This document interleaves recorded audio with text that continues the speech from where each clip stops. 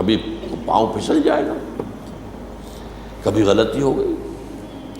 کبھی غلط ماحول میں رہے، اس کے اثرات جو ہے پڑ گئے اور کوئی غلط کام آپ سے بھی سرزد ہو گئی، کبھی اندر سے نفس امارہ کا کوئی ابال آیا، طوفان آیا اور آپ کی خودی جو ہے ہولڈ نہیں کر سکی اپنے آپ کو اور آپ بہہ گئے۔ لیکن اس کے فوراً بعد اس کیفیت سے نکلتے ہی اگر انسان کی طبیعت کے اندر پشیمانی پیدا ہو گئی، یہ میں کیا کر بیٹھا، یہ مجھ سے کیا ہو گیا، یہ مجھ سے غلطی ہو گئی،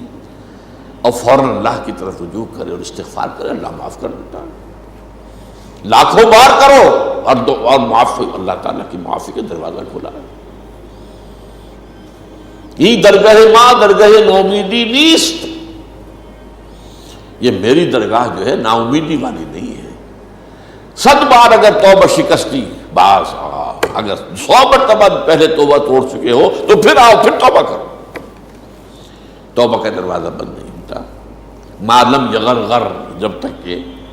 موت کے آثار شروع نہ ہو جائے، اور جس کو ہم کہتے ہیں گھنگرو گلے میں بولنے لگے،